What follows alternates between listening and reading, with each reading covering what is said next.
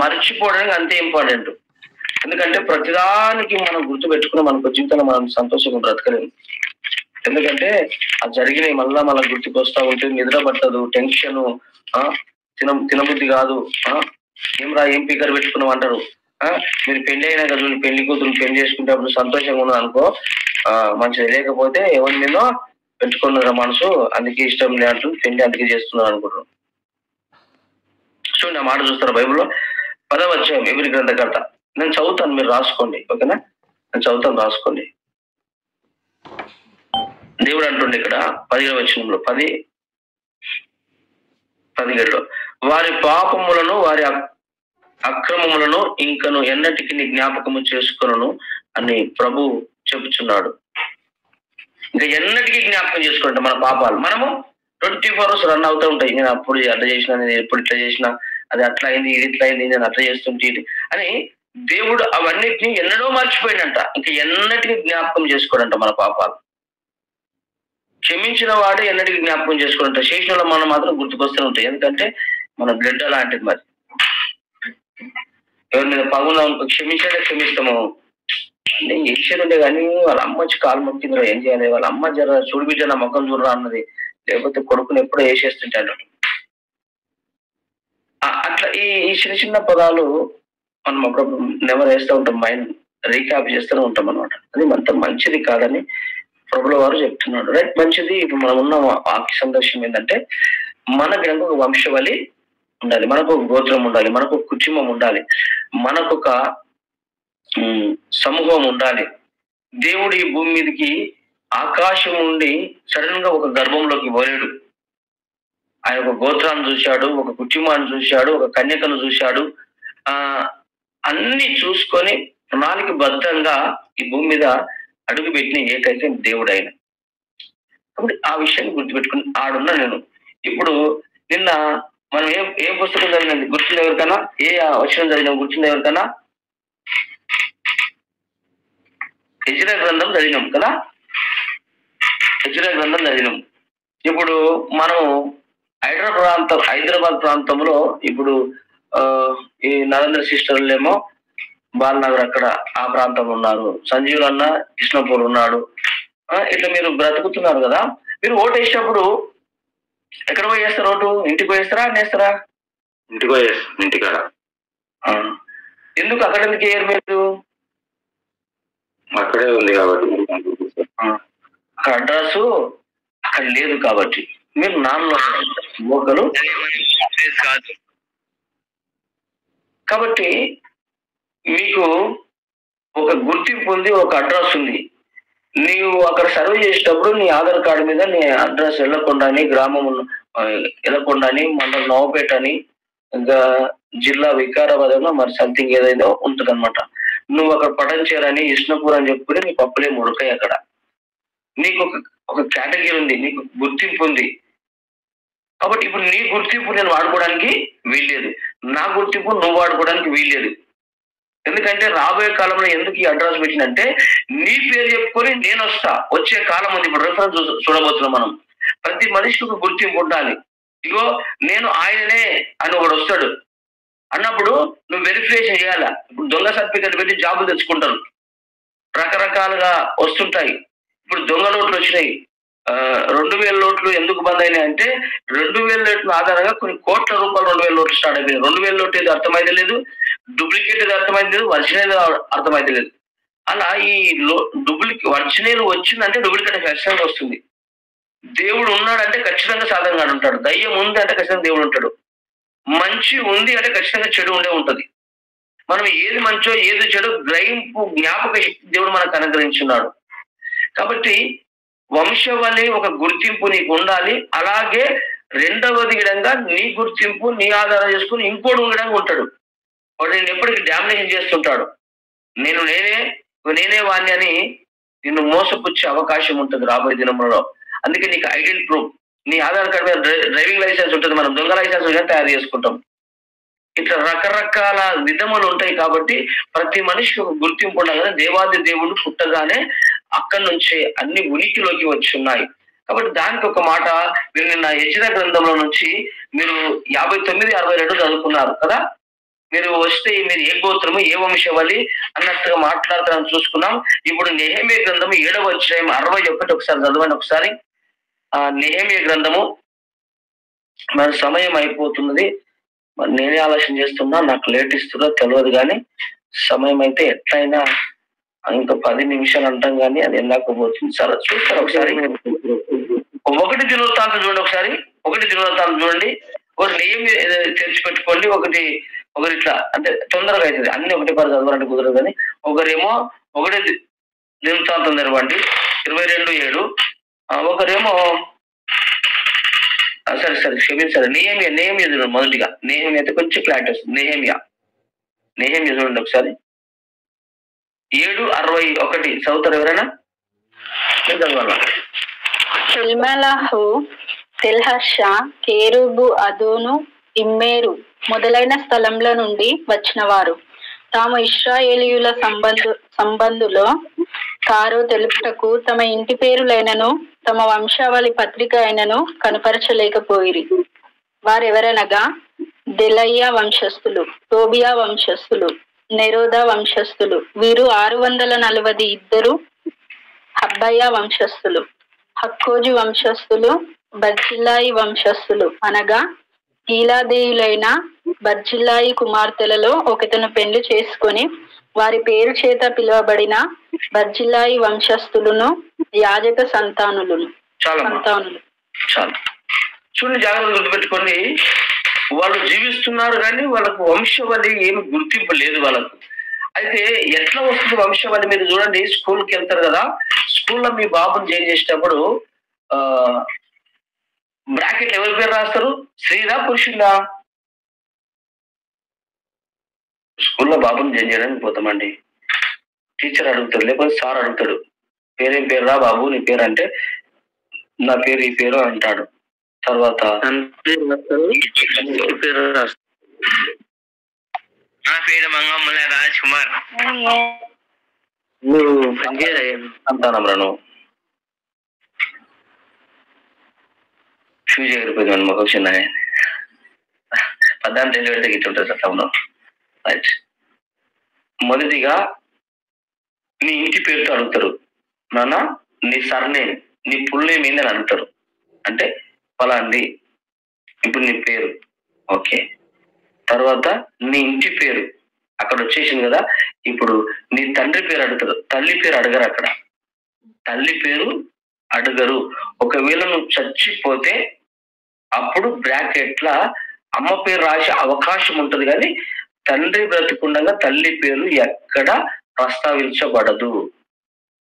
ఒకవేళ నువ్వు ఆ సందర్భం నీ కొడుకుని స్కూల్ చేసే సందర్భంలో అప్పటికే నువ్వు ఏదన్నా బలహీనంగా సంథింగ్ ఏదో జరిగి ఉంటే నువ్వు చనిపోతే అప్పుడు ఆ సారు నాన్న మీ డాడీ పేరు ఏం పేరు అని అంటే, వాడు ఒకవేళ అమ్మ ముఖం చూస్తాడు.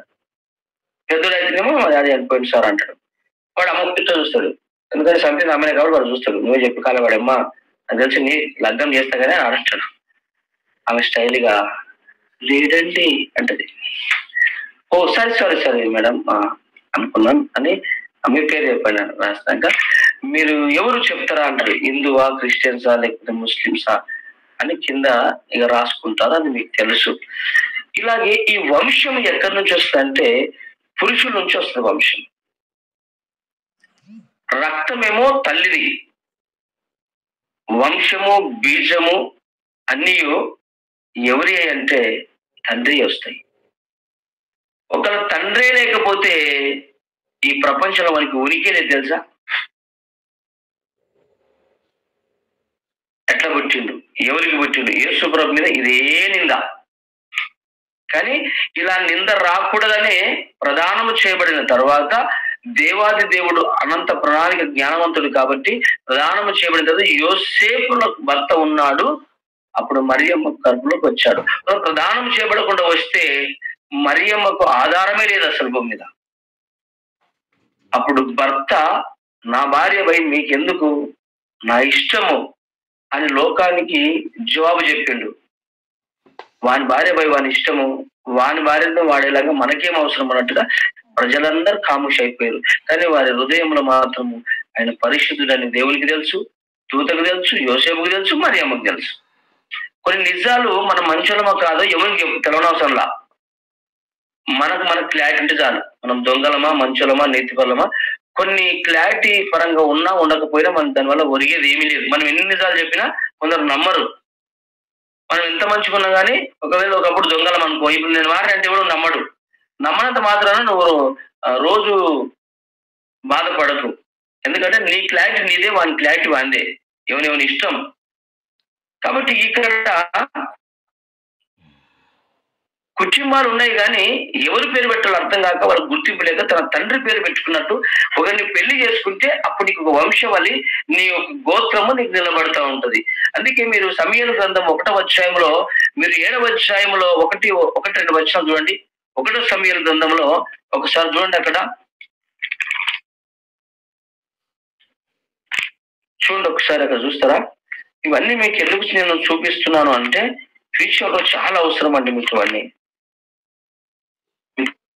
క్లారిటీ ఉంటుందని. ఈ క్రిస్మస్ ది ఈ నెలంతా నేను జనవరి వరకు చెప్తాను, అట్లేం లేదు. అంతలోపు వేసుకోవాలి, భూమికి తీసుకొస్తాం. చదువుతారు ఒకసారి. ఎంత? 7వ అధ్యాయము, సరే 2వ సమూయేలు 7వ అధ్యాయం 1-2 వచనాలు అన్న. 2వ సమూయేలు యెహోవా దిక్కుల అతని శత్రువుల మీద అతనికి విజయం ఇచ్చి అతనికి నెమ్మది కలగజేసిన తరువాత రాజు తన నగరియందు కాపురం నుండి నాతానను ప్రవక్తను పిలువనంపి, నేను దేవదారు మ్రానుతో కట్టిన నగరియందు వాసము చేయుచుండగా దేవుని మందసం డేరాలో నిలిచి ఉన్నదనగా.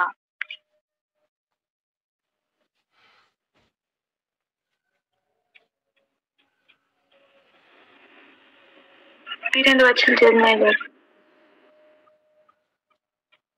1వ సమూయేలు చూడమ్మా ఒకసారి. 1వ సమూయేలు చూడ ఒకసారి చూడండి. అక్కడ ఒక మాట ఉంటది. అంతటా కిర్యత్యారీము వారు వచ్చి యెహోవా మందసమును తీసుకొని పోయి కొండయందుండే అబినాదాబు ఇంట చేర్చి దాన్ని కాపాడుటకై అతని కుమారుడైన ఎలియాజరును ప్రతిష్ఠించిరి. మందసము కిర్యత్యారీములో నుండిన కాలము 20 సంవత్సరములాయెను. ఇశ్రాయేలీయులందరూ యెహోవాను అనుసరింప దుఃఖించుచుండగా. ఇప్పుడు ఇక్కడ 20 సంవత్సరములు చూడండి. 20 సంవత్సరములు ఉండెను అన్నది ఆ పదం ఒక్కటే మనకు కావాలి. అదంతా మందసం ఉండని. ఈ ఒక్కొక్క ఇంట్లో ఒకరు 20 సంవత్సరాలు, లేకపోతే ఒకరు ఈ ప్రాంతంలో 20 సంవత్సరాలు, లేకపోతే ఈయన 20 ఏళ్ళు ఉన్నాడు, ఈయన 30 ఏళ్ళు ఉన్నాడని ఎలా పరిగణలోకి తీసుకొచ్చిందంటే, ఈ యొక్క నీ గుర్తింపు, నీ డేట్ ఆఫ్ బర్త్ ఈ యేసు ప్రభు ఉనికి నుంచి ఆరంభించబడ్డది. ఇది నేను తర్వాత మీకు ముందుకు వస్తుంది. ఆ 20 అనేది గుర్తుపెట్టుకోండి. ఇప్పుడు మనకి అంతే, నువ్వు ఎన్ని ఏళ్ళు ఉన్నావన్నా అంటే మనం 20, 22, 23 సంథింగ్ చెప్పుకుంటూ వెళ్ళిపోతా ఉంటాం. ఎందుకంటే అది గుర్తింపు, అది మన ఏజ్ లిమిటెడ్. ఇక్కడ మీరు తర్వాత దినవృత్తాంతం తర్వాత రాసుకొని చదవద్దు, నేను ముందుకెళ్తున్నాను. తర్వాత ఏం చదువుతారంటే హగ్గయి 1 చదువుకోండి, 1వ అధ్యాయం 2-5 వచనాలు చదువుకోండి. కీర్తనలు 139 1-5 చదువుకోండి. తర్వాత 13-6 చదువుకోండి. మన ఉనికి ఎలా వస్తుందో, తల్లి గర్భంలో ఎలా ఉందో యేసుప్రభు గిరంగా. ఎందుకు ఈ మాటలు చెప్తున్నంటే, మనకు రక్తం బ్లీడింగ్ కావాలి కదా. ఇప్పుడు చెప్తే కదా, మన ఉనికి ఏమో తండ్రి నుంచి వస్తుంది, మన రక్తం ఏమో తల్లి నుంచి వస్తుంది. రక్తం ముందగా ఉన్న యేసు ప్రభుకు ఎవరు రక్తం వచ్చిందంటే మరియమ్మ రక్తం రాలేదు. మీరు గుర్తుపెట్టుకోవాలా. ఇది ఒక విచిత్రమైన పుట్టుక, ఇది పరిశుద్ధాత్మ పుట్టుక. మన అందరికి తల్లి గర్భం ఉండగా మనకేమో తల్లి రక్తం వస్తుంది. కానీ యేసు ప్రభుకు తల్లి రక్తం రాలేదండి. ఎందుకంటే ఆయనకు పరిశుద్ధ రక్తం వచ్చింది. ఎందుకంటే తల్లి రక్తం రావాలని వచ్చిందంటే అది పాపం రక్తం అయి ఉంటుంది. ఎందుకంటే నీతిమంతుడు లేడు, ఏ ఒక్కడు లేడు. కాబట్టి ఆయనకు వచ్చిన రక్తం ఏంటంటే ఒకే రక్తం ఉంటది. ఆ రక్తం ఇప్పటికీ యెరూషలేములో గొల్గొతా కొండ మీద ఆయన చంపినప్పుడు ఆ రక్తం ఏర్లై గొల్గొతా కొండ కిందికి పోయిందంట. ఆ గొల్గొతా కిందనే మందసం ఉందంట. అందుకే మందసం చదివించిన. ఆ మందసము ఇప్పటికీ అలాగే ఆ యేసు ప్రభుని ఎక్కడైతే సిలువేసిరో దాని కిందనే మందసం ఉందంట. ఆ రక్తం ఏరులై పారినప్పుడు ఆ రక్తం ఇంకా ఆరిపోయి మనది దెబ్బ తాకిన మరి క్షణమే 2-3 నిమిషాలు మనది ఆవిరైపోయి రక్తం గడ్డగడుతుంది. కానీ యేసు ప్రభు రక్తం గడ్డగట్టదంట. కాబట్టి దాన్ని టెస్టులు చేసిరంట. ఇది ఏ రక్తము ఆనాడే ఈ ఈ ఆనవాయితీ ఎలా వచ్చిందంటే, నీకు ఏ రోగం ఉందో తెలవాలంటే నిన్ను ఎలా చెక్ చేయాలా? నీ రక్తమే టెస్ట్ చేయాలా, నీ బ్లడ్ టెస్ట్ చేయాలా. ఈ ఉనికి యేసు ప్రభు నుంచి ఆరంభించబడ్డది అనమాట. యేసు ప్రభు రక్తం ఏర్లై పారుతా ఉంటే ఆ రక్తం ఇంకా గడ్డగట్టలేకపోయిందంట. ఆ గడ్డగట్టకపోసరికి ఆ రక్తాన్ని తీసుకుని టెస్టులు ల్యాబ్కు పంపించారంట. ఇది ఎవరి రక్తము, ఇది పరిశుద్ధంగా పాపం రక్తమా, ఇది ఎవరిది అని టెస్ట్ చేస్తే ఇది పరిశుద్ధ రక్తం అని తెలియదంట. అందుకే ఏ కలశము లేని, ఏ దోషము లేని, ఏ పాపం లేని రక్తము. మన రక్తం కనుక ఇప్పుడు మెడికల్ ల్యాబ్లు ఇచ్చినాం అనుకో, మనకు ఆ రోగాలు వేసి చెప్తే మనం చచ్చిపోతాం అన్నీ. నీకు బీపీ అని, నీకు షుగర్ అని, నీకు అదే అని, ఇది అని వాటి వేరే తీసి చెప్తాడు. 33,000 పెడితే నీకున్న ప్రతి టెస్ట్ చేస్తారండి. టెస్ట్ చేసుకోండి కావాలంటే. మొత్తం టెస్టులు 33,000 కట్టాలి. డిస్కౌంట్ పోతే 3,000 అయితే 30,000కు నీకు ఇంచుమించు మీరు గవర్నమెంట్ హాస్పిటల్ రాస్తారు, గుర్తుపెట్టుకుని పెద్ద పట్టిక రాస్తారు. మహేంద్ర హాస్పిటల్ రాశారు. మనకి ఎన్ని టెస్టులు ఉంటాయో ఫస్ట్ టెస్ట్ ఏం తెలుసా? ఫస్ట్ టెస్ట్ ఉండేదే ఈ షుగరు, తర్వాత బీపీ, తర్వాత HIV, ఎయిడ్స్ టెస్టులు, ఫస్ట్ టెస్టులు ఇవి. ఇవన్నీ డిసిపెట్టి మనం అన్ని typhoid, malaria, dengue, fever check చేసుకుంటాం. ఆ టెస్టులు ఎవరు చేయడు. నువ్వు చేయమన్నా నేను కిందికి దాకా చూస్తాను నీ రక్తం తీసుకుంటావు. మన రక్తం గడంగా బ్లడ్ బ్యాంక్ అంటే ఇచ్చినప్పుడు ఆ ఇంచుమించు ఒక 60-70 టెస్టులు ఉంటాయండి. ఆ టెస్టులను నువ్వు చేయించుకుంటే నీకు రక్తం ఎంత లీటర్ ఏం తీసుకోరు, ఒక 1/2 లీటర్ ఇంత ఏం తీసుకుంటారు. ఆ టెస్టులు ల్యాబ్కు పంపిస్తే 30,000 కడితే నీకు ప్రతి టెస్ట్ చేస్తారనమాట. HIV, ఎయిడ్స్, అది ఇది మొత్తం లిస్ట్ చేసి పడేస్తారు. నువ్వు ఏదో ఒక లిస్ట్ దొరకక తప్పవు, ఖచ్చితంగా దొరుకుతాం మనం. అందుకే ఈ ఉనికి ఎక్కడి నుంచి ఆరంభించబడ్డది? ఈ బ్లడ్ టెస్ట్ తీసుకొని, రక్తం తీసుకొని టెస్టులు చేయాలన్నది ఆనాటి యేసు ప్రభు గొల్గొతా కొండ మీద చనిపోయి ఆ రక్తము ఏర్లై పారుతున్నప్పుడు ఆ రక్తం ఇంకా గడ్డగట్టకపోయేసరికి మనము గడ్డగిరంగా మన రక్తం కట్టలేదనుకో మనకు క్యాన్సర్ రోగం నిర్ధారణ అవుతుంది. దెబ్బ తాకగానే మరి క్షణంలో మన రక్తము గడ్డగట్టాలి. కట్టకపోతే మనకు క్యాన్సర్ ఉన్నట్టు. సింపుల్ పై చేసుకోవచ్చు మనం. రక్తము కొందరికి సిక్కగా ఉండదు, నీళ్ళు ఉంటుంది కొందరిది, వాళ్ళకు బలహీనత ఉన్నట్టు. మనం కొంచెం టెస్ట్ చేసుకోవచ్చు. మీరు మేకను గోయంగా చూసారు ఎప్పుడన్నా? మేకను గోయంగా ఒక తప్పులో రక్తం పడతారు. ఇప్పుడు మనం అవి చూస్తలేం, కానీ మనం పూర్వదినంలో అన్ని చూసిన వారమే, చేసిన వారమే. ఆ తప్పుల్లో లేకపోతే ఒక తపాలంలో రక్తం పట్టినప్పుడు అది ఏమైందంటే, పట్టినప్పుడు ఫ్రెష్గా ఉంటది. ఇంకా కొద్ది క్షణాలు, ఒక 5 నిమిషాలు అయిందనుకో, అది పాల మేగడ వల్ల గట్టిగా నల్లగా అవుతుంది. గుర్తుపట్టి చూసారా? అలా తయారైతుంది. అలా గట్టిగా అయినాకనే దాన్ని ఏం చేస్తారంటే అదేమంటారు, నల్ల ఏమంటారు కదా, నల్ల తయారు చేస్తారు ఉడకబెట్టి.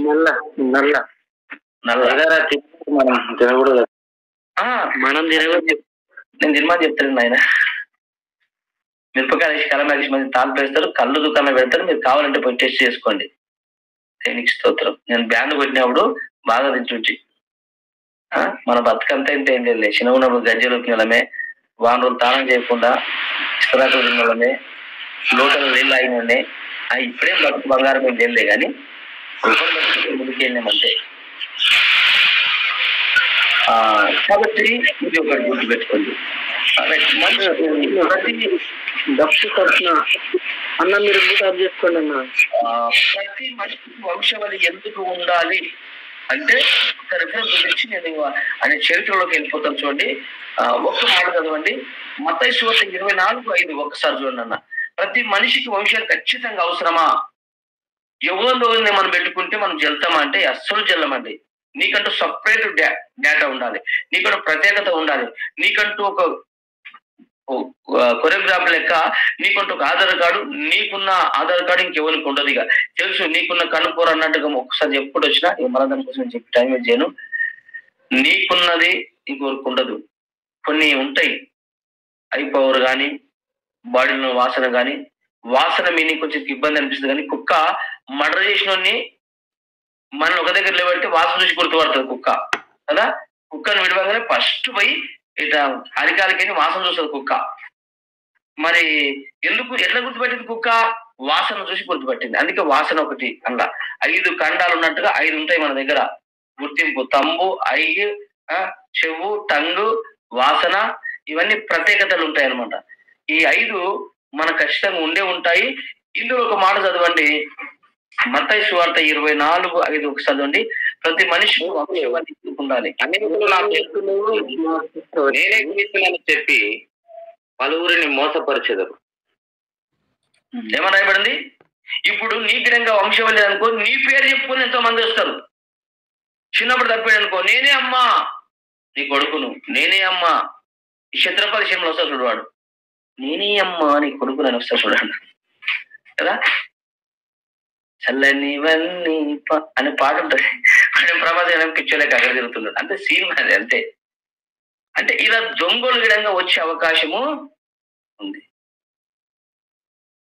నేనే నీ కొడుకును, లేదా నేనే నీ భర్తను, నేనే అని వచ్చే వాళ్ళు ఉంటారు. కాబట్టి నీకంటూ ఇప్పుడు నీ పేరు చెప్పుకొని నేనే అని నిలవడం అనుకో, అరే ఐడి కార్డు దిగావు, ఆధార్ కార్డు దిగావు, తమ్ముని కాల్ తమ్ముదాల్ అన్నప్పుడు అవన్నీ రాకపోతే నువ్వు దొంగవు. కాబట్టి నీ పేరు చెప్పుకొని ఎంతో మంది వస్తారు. కాబట్టి నీకంటూ ఒక ప్రత్యేకత. ఇప్పుడు యేసు ప్రభు దేవుడు అనుకోని ఒక దూత రాబోతుంది, ఇప్పుడు ఒకడు దొంగ రాబోతున్నాడు, ఒక సాతానుగాడు రాబోతున్నాడు.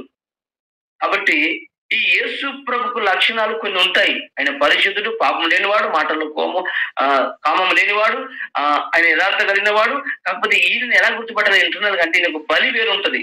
యేసు ప్రభుకు ఇచ్చే బలి వేరు, సాతానికి ఇచ్చే బలి వేరు. ఆ బలుల కాడ, ఎర్రని పేల కాడ ఈ యొక్క ప్రధాన దూత యేసుప్రభు రాకముందు, అంతకు ముందు ఒకడు అంత్యక్రీస్తు వస్తాడు. ఒకడు ఆడు వచ్చినప్పుడు నేనే దేవుని అనుకుని ప్రకటన గ్రంథం చూడండి, వాడు విగ్రహములు మాట్లాడతాయి, అన్ని రకరకాలుగా ఉన్నప్పుడు వాడు వచ్చినప్పుడు ఇస్రాయల్కి ఏం అర్థం కాదు. అందరూ దేవుడు వచ్చాడు లోకం అంతా ఎంజాయ్ చేస్తుంటారు. ఇక దేవుడు వచ్చేసాడు, మా మెస్సయ్య వచ్చాడు అన్నప్పుడు వాడు మురిసిపోతా ఉంటాడు. ఏం అర్థం కాదు. అంత్యక్రీస్తు వచ్చినప్పుడు ఈ ఇస్రాయిల్లో కొంచెం మంది యూదులు ఉంటారు కదా, కొంచెం మంచి పసిగడతారు. ఏంటి దేవుడికి లక్షణాలు ఉన్నాయే, మా ఆయన అయితే గిట్ట చేయడే, మా పిల్లగాడైతే గిట్ట చేయడే అన్నట్టు మీరు ఎట్లా గుర్తుపడతారో, అరే ఈ స్వరం మా కొడుకుది కాదే అన్నట్టుగా గుర్తుపెట్టేట్టు వీళ్ళు పెద్ద పెద్ద యాజకులు ఏం చేస్తారంటే, బలి క్లియర్ కదా మన దేవునికి, బలికి ఇట్లెందుకు ఇస్తున్నారు, వీడికి ఇట్లా కొడుతున్నాడు అని అక్కడ ఎర్రని పేయ బలి కాడ దొరికిపోతాడు అనమాట ఈ అంత్యక్రీస్తు. అప్పుడు వాడు బయటపడతాడు. అందుకే ఇక్కడ రాయబడిన మాట ఏంటంటే నేనే అని అనేకులు వస్తారు అన్నాడు.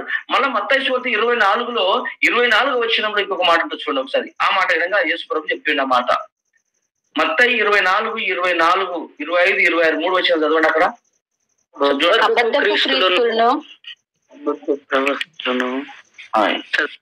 చదవండి ఎవరన్నా,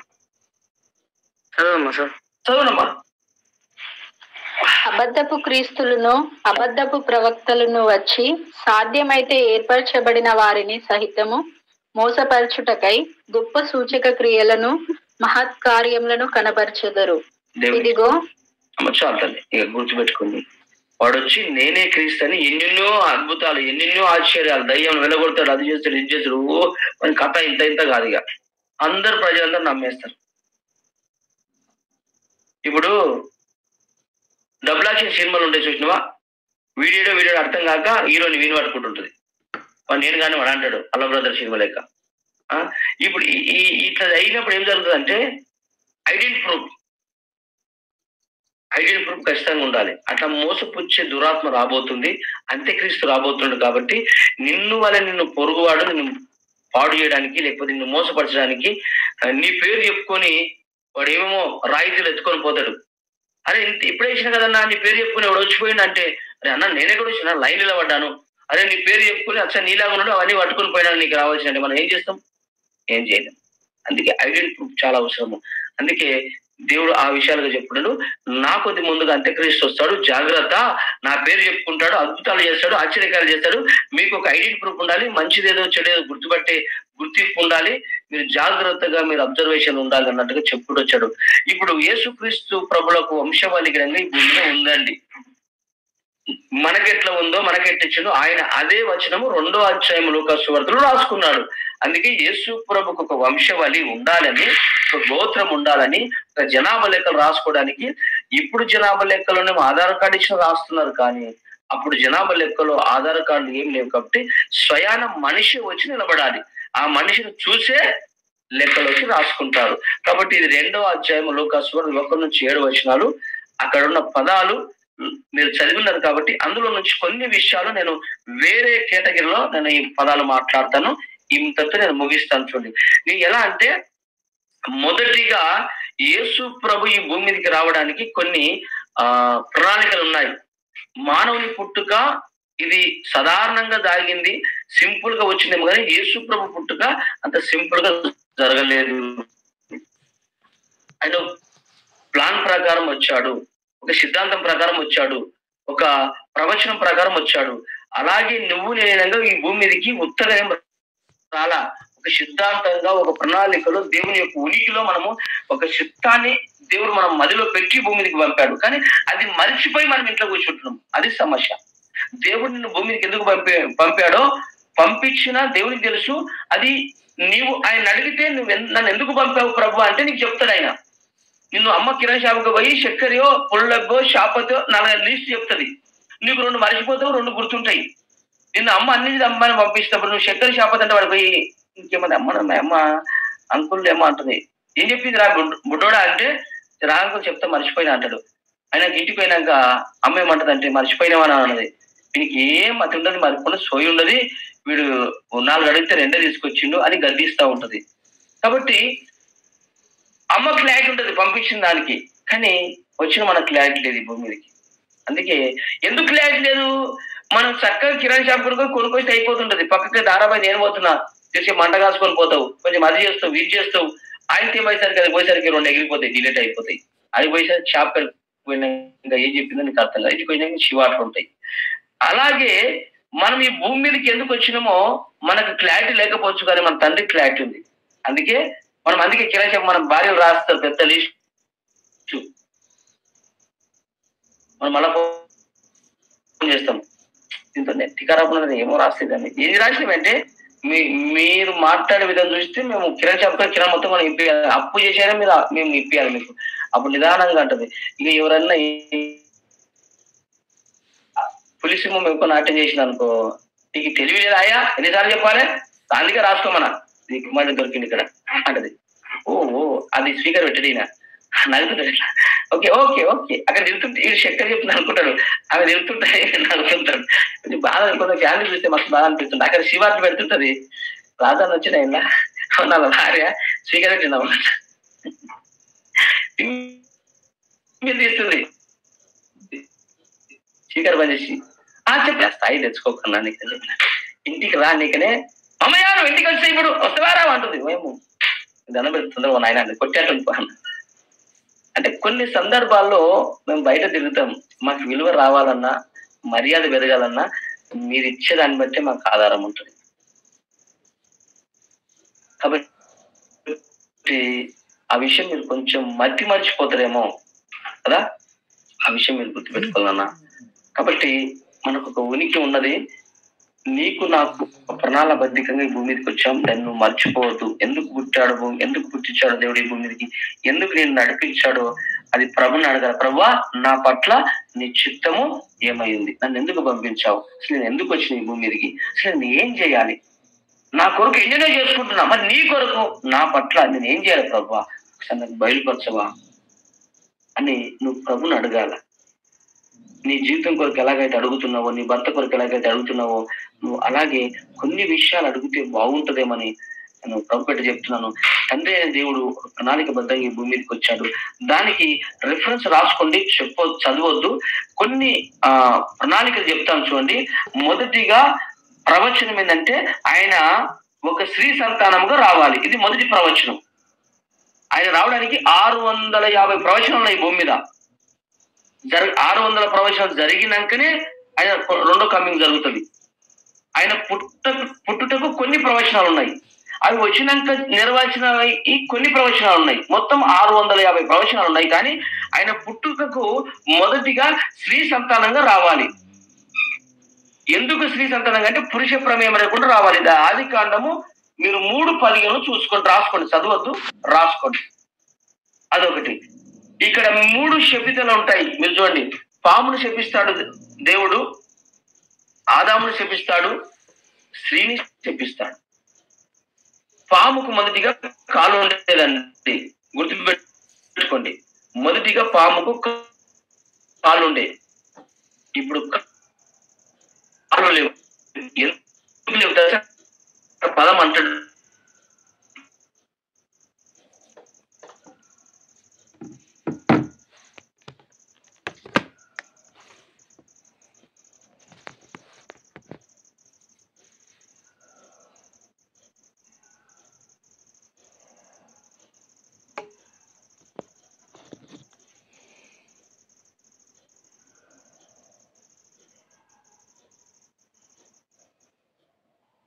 తేలకు తర్వాత చదివిరా ఎప్పుడన్నా?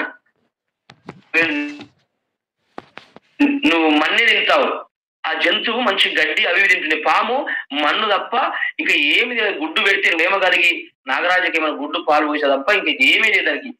నువ్వు అధికంగా నాగల పంచ పాలు పోసావు తప్ప ఇంకా అధికంగా దాని నోట్లో పోస్తారు తెలిసే, మన పుట్టలో పోస్తే భూమి మీద ఆగి నేను లీటర్ పోసేసినట్టు ఇంటికి వచ్చి పుట్టలో పోసింది. అది తెచ్చి నోరు వేస్తే నువ్వు ఇంటికి కొనుక్కొస్తావు. మళ్ళా నాగల పంచ రోజేమో ఆయన కనబడది నాగయ్య నాగరాజ అంటది. అదే ఇంటికి వచ్చింది అనుకో పొట్టులరా సంపూడరది అంటాడు. అదే దేవతే కదా, అది ఎందుకన్నా ఆ పదం అంటే మనిషి అవకాశవాది అనమాట. నువ్వు ఎట్లా బతకాలో నీకు మైండ్ సెట్ ఉంటది. అలాగే మొదటి ప్రవచనము స్త్రీ సంతానముగా పురుష సంతానం లేకుండా ఆయన రావాలి, ఇది రెండోది. ఇది ఆదికాండము 3:15 ఉంటది. ఇంకోటి ఎబ్రీ 2:16 ఆయన దేవదూత స్వరూపము కాకుండా అది మానవ స్వరూపం. ఆ స్వరూపం వేరండి, అది ఎబ్రిలో ఉంటది, రాసుకోండి. ఎబ్రి ఎక్కడ ఉంటది అంటే 2:16 ఉంటది. ఈయన దేవదూతలకు పుట్టలేడు, దేవదూత స్వరూపం కాదు, దేవతల పోలికలు రాలేడు. ఆయన మనిషి పోలికలో ఆయన పోలికలు నన్ను చేశాడు, ఆయన పోలికలు నిన్ను చేశాడు, మన పోలికలు ఆయన వచ్చాడు. అందుకే నేను దాసుని స్వరూపము దాల్చుకొని వచ్చినా అంటాడు ఆయన. మీరు ఆ మాట మీరు గుర్తుపెట్టుకోండి. తర్వాత సంఖ్యాకాండము 24:17 చివరి వచనంలో నక్షత్రము యాకోబులో ఉదయించను, ఇది ఒక ప్రవచనం, అది గుర్తుపెట్టుకోండి. తర్వాత వాగ్దానము 2వ సమూయేలు గ్రంథంలో మనము 7:12 చూస్తే నీ గర్భము నుండి వచ్చిన నీ సంతానము రాజ్యమును స్థిరపరచును, అది ఒక వాగ్దానము. అమ్మా నీ గర్భం నుంచి వచ్చిన సంతానమే రాజ్యంని స్థిరపరుస్తుంది అని అక్కడ మనం 2వ సమూయేలు గ్రంథంలో 7:12 చూస్తాం, అది రాసుకోండి, చదవద్దు ఎందుకంటే సమయం లేదు కాబట్టి. తర్వాత యెషయా గ్రంథం 7:14 కన్యకకే పుట్టాలి, కన్యకకే పుట్టాలి, ఏ పురుష ప్రమేయం లేకుండానే ఆయన సొంతగానే కన్యకకే పుట్టాలని అక్కడ కన్య మరిగ గర్భవతి కుమారుని కరుణని ఉంటది, అక్కడ మీరు ఆ పదం చూసుకోండి. తర్వాత యెషయా గ్రంథము 9:6 ఏముంటదంటే ఎలా అనగా మన కుమారుడు అనుగ్రహింపబడను, ఆయనకు రాజదండం ఉండను, భుజం మీద అది ఉండను, ఆయన ఇది అది అనే ఒక పదం ఉంటది అక్కడ, మీరు అది గుర్తుపెట్టుకోండి. ఆయన అది ఒక ప్రవచనం. ఇవి యేసు ప్రభు పుట్టబోక ముందు కొన్ని వేల 600-500 సంవత్సరాల క్రితము ప్రవచనము జరిగింది. ఇది ఆయన కన్యకకి పుట్టాలి, ఆయన ఇలా పుట్టాలి అలా పుట్టాలని ఆ మాట. తర్వాత మీకా 5:2 బెత్లెహేములోనే పుట్టాలా, నజరేతులో కాదు. కానీ ఆయన పెరుగుతుంది నజరేతులో, బెత్లెహేములో పుట్టాలి. కాబట్టి ఎందుకు అని అంటే ఆ గోత్రంలో పుట్టాలి, ఈ వంశంలో పుట్టాలి. నీవు గిడంగా చూడండి, నువ్వు ఎక్కడ పుట్టాలో దేవునికి తెలుసు. ఏ ఇంటిలో పుట్టాలి, ఏ కుర్చీని పుట్టాలా, ఏ రెడ్డికి పుట్టాలా, కాపుకా మంగళోనికా, కాపు మరి కుమ్మరోనికా, లేకపోతే ఓ డక్కలోనికా, లేకపోతే పురి గుడిసెలనా, బంగ్లనా, బిల్డింగ్లనా, ఎవరింట్లో పుట్టాలనేది నీ చిత్తం కాదు. కానీ ఒక్కటి మాత్రం గుర్తుపెట్టుకోండి, పుట్టుక నీ చేతిలో లేదు, మరణము మన చేతిలో లేదు, కానీ జీవితం మన చేతికి ఉంది. పుట్టుక మన తప్ప అయితే కాదు, కానీ జీవితంలో ఓడిపోతే మన తప్పది, అది గుర్తుపెట్టుకోవాలి. నా బతుకి ఇంతే, నా జీవితం ఇంతే, నా తలరాత ఇంతే, ఇక నాకు ఇంతే అంటే బీదవాడిగా కలెక్టర్ అయ్యిండు. మరి మన బతికి అంతే అనుకుంటే వాడు ఇంకను బీదవాడిగానే ఉంటుండే. అంట్లు తోమి వాడి అమ్మ చదివిస్తే వాడు కలెక్టర్ అయిపోయిండు, వాడు ఎమ్మెల్యే అయింది, ఎంపీ అయింది. వాడు బతికి అంతే అనుకుని అన్నీ ఉంటే వాడు ఎప్పటికీ బాగుపడకుండే. పుట్టుక మరణము అవి రెండు దేవుని వశం ఉన్నాయి, కానీ జీవితం అనేది దేవుడు నీకు అనుగ్రహించాడు, మంచి చెడులు పెట్టాడు. నువ్వు ఎలానైనా బ్రతుకు, కానీ ఒక స్థాయికి తీసుకురాని ఒక కషి మీద నువ్వు బ్రతికితే నీ లైఫ్ ఇస్ వండర్ఫుల్ గా ఉంటుందండి. మనం అవన్నీ ఆలోచించుకున్నా, బతికింతే అండి, మేము అప్పులో పుట్టినాము, మా పరిస్థితులు పుట్టిన పరిస్థితి బాగలేవు, మాకు ఏం చేయలేము, మేము ఏమి సాధించలేము, మాకు ఏమి శాత కాదు అన్నట్టుగానే అన్ని అరుగుల మీద కూర్చొని నువ్వు తిరుగుతూ ఉంటావు. కానీ నా లైఫ్ ఇది కాదు, నాకు ఏదో ఒకటి ఉంది, నేను జీవితంలో ఏదో నేను సాధించాలి, పుట్టుక అయితే నా తప్పు కాదని దేవుడు చేసిండు, కానీ జీవితంలో నేను ఏదో సాధించాలని ఒక కషి, ఒక గురి, ఒక ప్రణాళిక నీలో ఉంటే నేను దేవుడు అద్భుతంగా ప్రపంచాన్ని నిలబెడతాడు. ఓసరగా గట్టిగా అనుకున్నాడు, నా బతికింటే నాకు ఇదే రోగము, ఇదే క్యాన్సర్ వచ్చింది, చచ్చిపోతా, నేను ఏం చేయలేను, ఇక నన్ను మా అమ్మ ఎలా కొట్టింది, నన్ను ఎవడు పట్టించుకోడని తిరిగిందంట. కానీ ఒక దినం నా దేవుడు దర్శించాడు, ప్రపంచ రికార్డు సృష్టించక దేశాలకు దింపుకున్నాడు. ఆనాడు ఓసన నా బతికింతే అని అనుకుంటుంటే ఈ రోజు ఓసన్న అనే పదం ఈ రోజు మనం నోట రాకుండానేమో. ఆనాడు అది బ్రతుకు కాదని దేవుని దర్శించాడు. దేవుడు ఎప్పుడైతే దర్శించాడు, నా బ్రతుకు వేరుందని చెప్పి ప్రాణాల బ్రతికంగా నిలబడ్డాడు. ప్రపంచంలో అందరికీ కనుమరుగైన నిలబడ్డాడు. ఈరోజు అందరి పరిస్థితి అంతేనండి. మన ఇప్పుడు మన ఆత్మీయ దాసుడు అనుకుంటున్న మన సతీష్ అన్న గారి విధంగా ఏదో ప్రాంతం పుట్టాడు, ఒక నార్మల్ గవర్నమెంట్ జాబ్ చేసుకుని తను బ్రతుకుతున్నాడు. కానీ దేవుడు అన్నాడు, నీ బ్రతికిది కాదన్నా, నేను అనేక జన్మలకు నిలబెడతాను రా అని పిలుచుకున్నాడు. ప్రపంచ మేధావిగా నిలబెట్టుకున్నాడు. తనే కాదు, ఇంకా పెద్ద పెద్ద దైవజనులు ఉన్నారు, ఇంకా పెద్ద పెద్ద మేధావులు ఉన్నారు, కలెక్టర్స్ ఉన్నారు, జాబర్స్ ఉన్నారు. అంటే పుట్టుక నీ తప్పు కాకపోవచ్చు అన్న, కానీ జీవితంలో ఓడిపోవడం నీ తప్పే. జీవితంలో నేను ఏమి చేయననేది ఆ నిస్పృహ, ఆ దీన మనసు, అది మంచిది కాదేమో.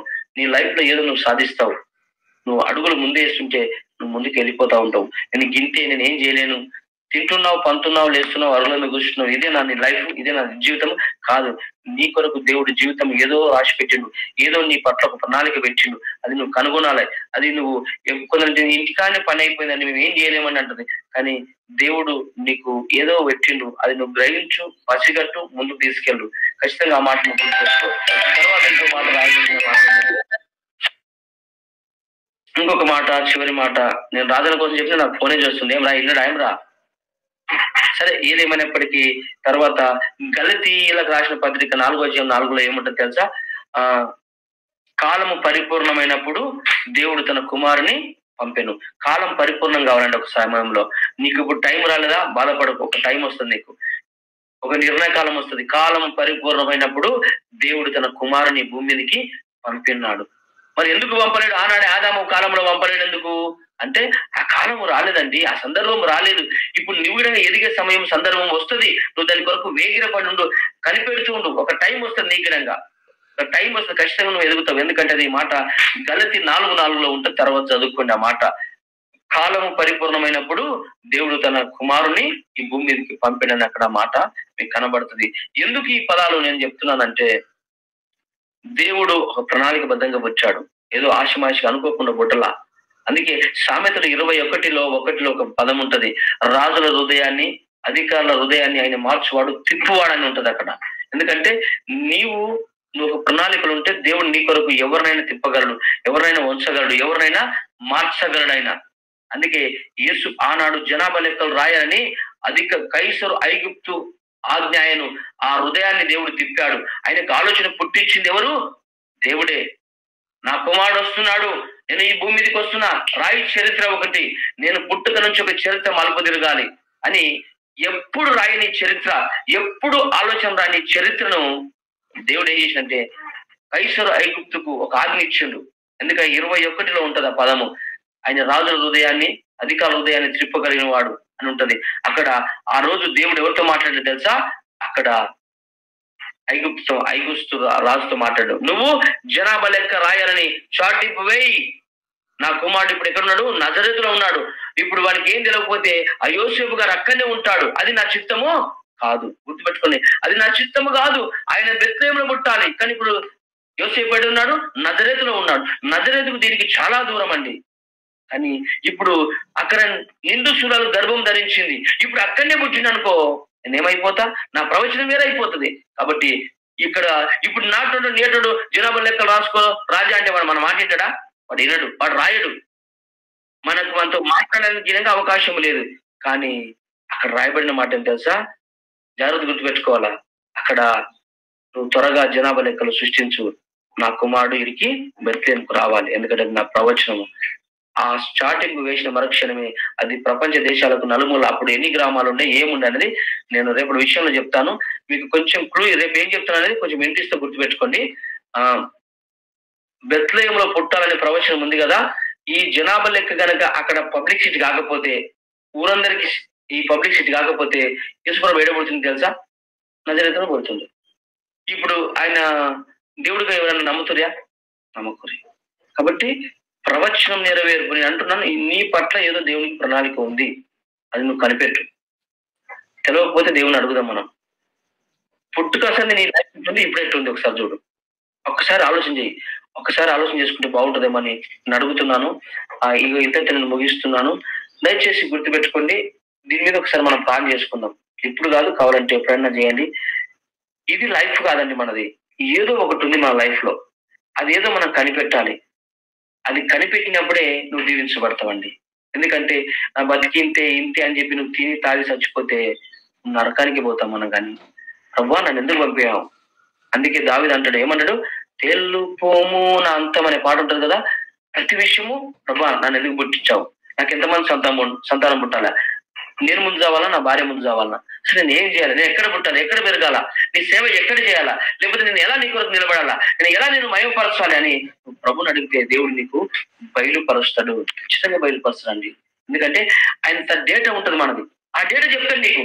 ఇప్పుడు నీకు తెలుగులోని పోయి నా గురించి నీకేం తెలుసు శిల్కపాఠం మూడు పెడితే వాడు ఏం చెప్తాడు? వాడు ఏం చెప్పాడు?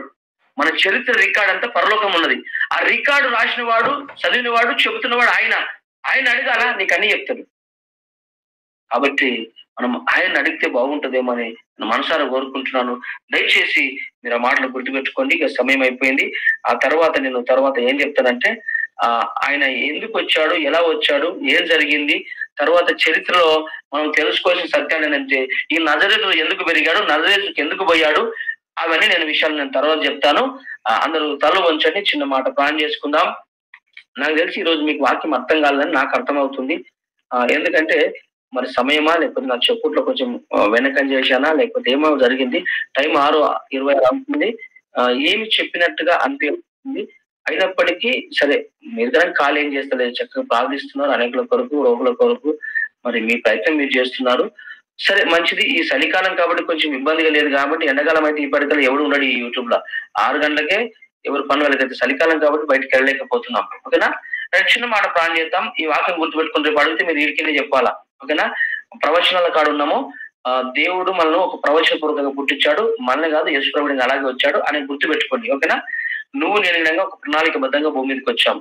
మనం సింపుల్ గా అయితే రాలేము, అది కనిపెట్టే వారంగా మనం ఉండాలి. రైట్, మంచిది. పరిశుద్ధుడ, ప్రేమ కలిగిన మా కన్న తండ్రి, మీ దాసులుగా నీ బిడ్డలుగా ఉదయకాలం మేము కొన్ని మాటలు ధ్యానం చేస్తున్నాం ప్రభువా. కొన్ని లేఖనాలు చదివి ఉన్నాం.